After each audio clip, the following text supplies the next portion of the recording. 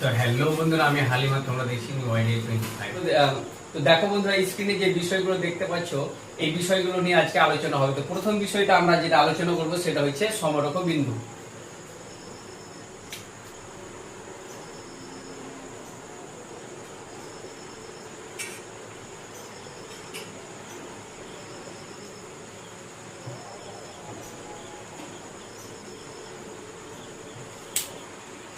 তো দেখো বন্ধুরা, সমরক বিন্দু কাকে বলে আগে আমরা জানবো। সমরক বিন্দু হচ্ছে একটি সরলরেখায় তিন বা তার বেশি যদি বিন্দু অবস্থান করে তখন সেই বিন্দুগুলোকে সমরক বিন্দু বলা হয়।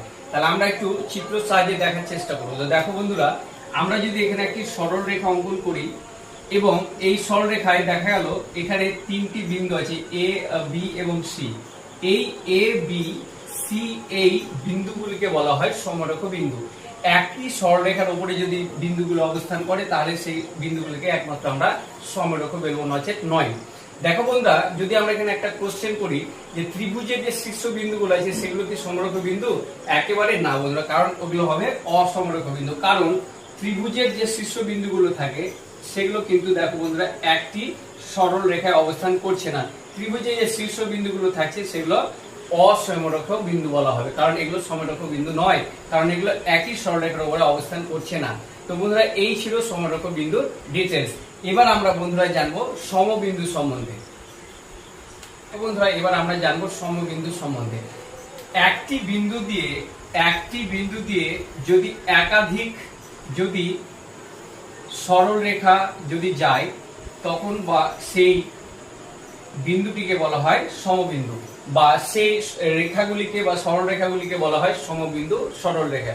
অর্থাৎ একটি বিন্দুর উপর দিয়ে অনেকগুলি অসংখ্য সরল রেখা যদি যায় তখন আমরা তাকে কি বলবো? তখন তাকে আমরা বলবো বন্ধুরা সমবিন্দু সরল রেখা। তাহলে এই সরল রেখাগুলিকে বলা হয় সমবিন্দু সরল রেখা এবং এই বিন্দুটিকে বলা হয় সমবিন্দু। এরপরে বন্ধুরা আমরা জানবো ছেদক সম্বন্ধে।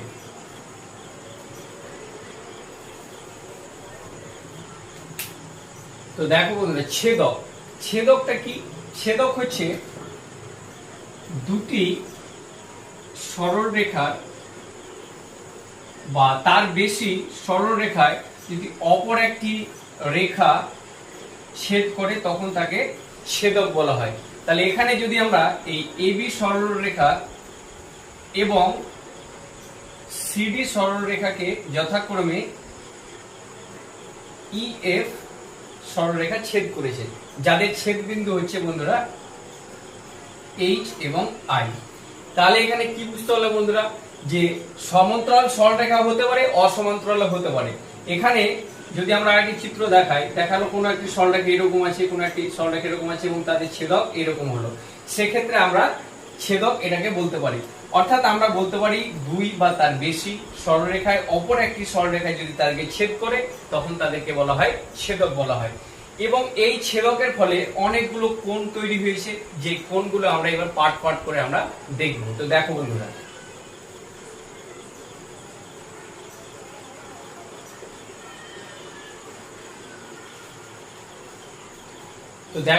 প্রথমে আমরা একান্তর কোণ সম্বন্ধে জানবো। একান্তর কোণ কি? তাহলে যদি দুটি রেখার অপর একটি রেখা ছেদ করে তাহলে যে কোণগুলো তৈরি হয় সেই কোণগুলোর মধ্যে আমরা একান্তর কোণ সম্বন্ধে জানবো, যে এই চিত্রের মধ্যে একান্তর কোণগুলি তো এই চিত্রের মধ্যে একান্তর কোণগুলি সেগুলো আমরা দেখব।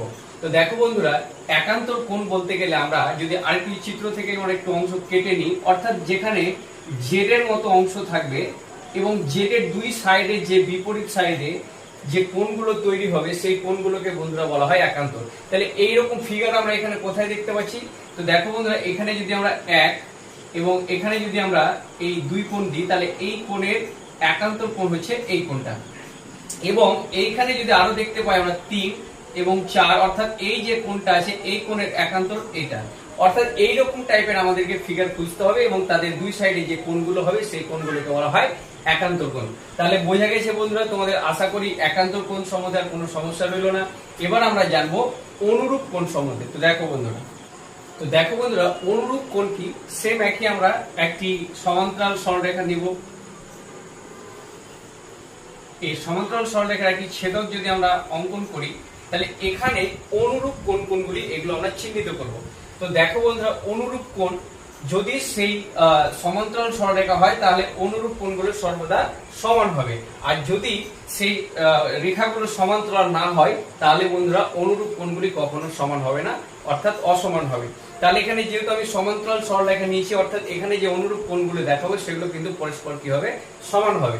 তো দেখো বন্ধুরা, এখানে আমি একটি এ কোণ দেখালাম।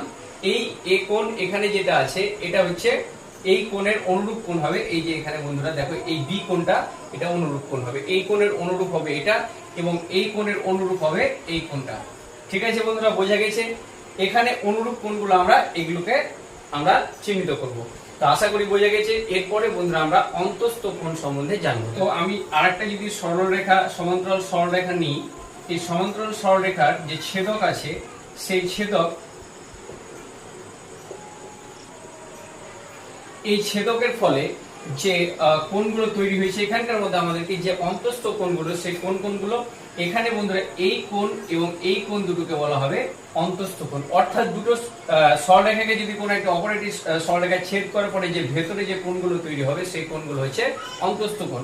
এবং অন্তস্থ কোণের মান সর্বদা সমষ্টির 180 ডিগ্রি হয় বন্ধুরা। এটা একটি ইনফরমেশন তোমরা রাখতে পারো যে অন্তস্থ কোণের সমষ্টি সর্বদাই কত হবে? 180 ডিগ্রি। তাহলে বোঝা গেছে বন্ধুরা অন্তস্থ কোণ কোনগুলো। এরপরে আমরা বন্ধুরা জানবো বিপ্রতীক কোণ সম্বন্ধে।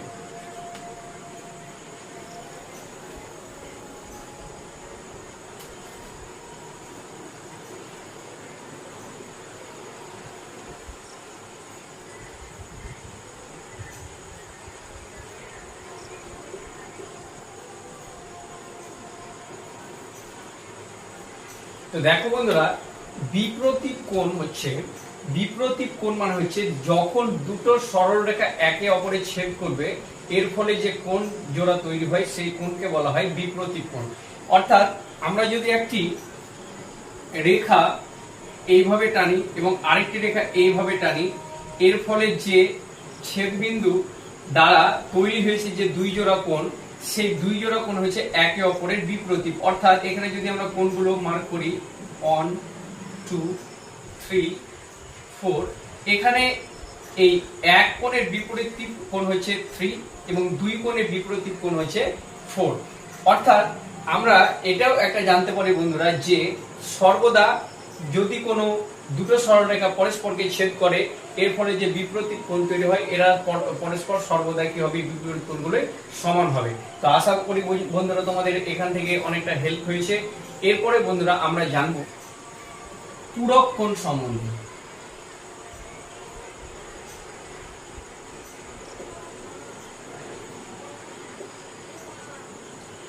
তো দেখো বন্ধুরা, পূরক কোণ কাকে বলে? পূরক কোণ হচ্ছে দুটি কোণের সমষ্টি যদি 90 ডিগ্রি হয় তবে বন্ধুরা তাকে একে অপরের পূরক কোণ বলা হয়।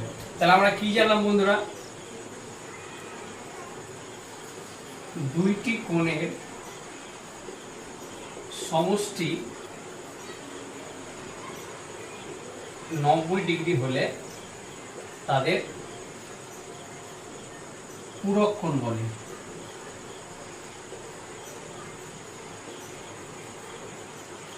অর্থাৎ বন্ধুরা আমি এখানে যদি বলি যে 60 ডিগ্রি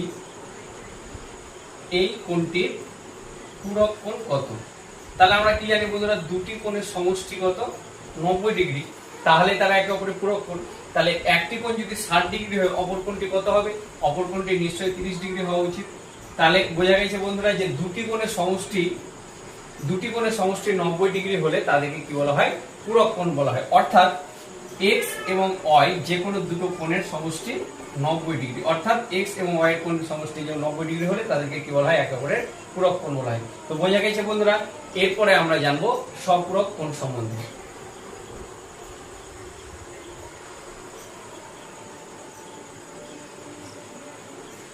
তো দেখো বন্ধুরা, সম্পূরক কোণ কাকে বলে?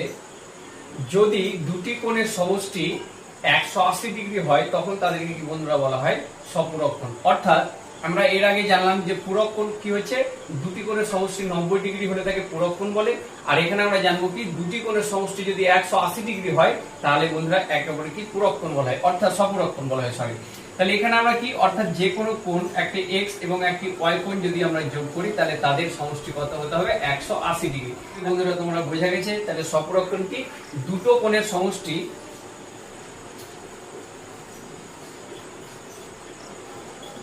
দুইটি কোণের সমষ্টি 180 ডিগ্রি হলে তাদের পরস্পরের সপূরক কোণ।